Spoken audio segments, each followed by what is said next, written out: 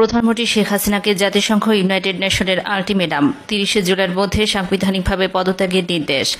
অন্যথায় জাতিসংঘ শান্তিরক্ষা মিশনে বাংলাদেশ সেনাবাহিনী নিষিদ্ধ হবে।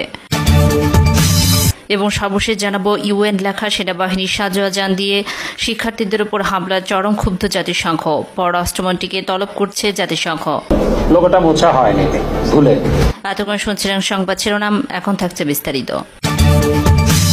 চলমান কোটা বিরোধী আন্দোলনের পুলিশ, র্যাব, সেনাবাহিনী সাঁড়াশি অভিযানে শিক্ষার্থীদের ওপর আইন বহির্ভূতভাবে প্রাণঘাতী অস্ত্র ব্যবহারে অসংখ্য ছাত্র নিহত হয়েছে।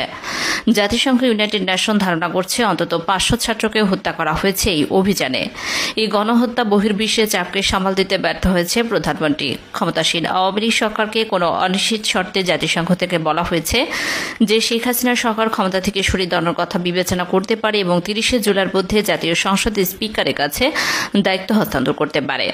সাধারণভাবে আওয়ামী লীগ এবং বিশেষ করে শেখ হাসিনা ক্ষমতা ত্যাগ করার জন্য জাতীয় সংঘের চাপকে অনায়াসে মেনে নেবেন, অন্যথায় জাতিসংঘ শান্তিরক্ষা মিশন বন্ধ হবে। বিশেষ করে এমন সময় যখন নির্বিচারে পাখির মতো ছাত্রদের ওপর গুলি চালিয়ে হত্যা করা হয়েছে।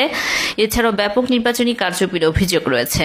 বর্তমান সরকারের বিরুদ্ধে মানবাধিকার লঙ্ঘন, অপশাসন অন্যান্য বিষয়ের মধ্যে নাম প্রকাশ না করার শর্তে কঠোরভাবে কথা বলতে গিয়ে সূত্র জানায় যে 25 জুলাই পররাষ্ট্রমন্ত্রী হাসান মাহমুদকে জাতিসংঘ মহাসচিবের মুখপাত্র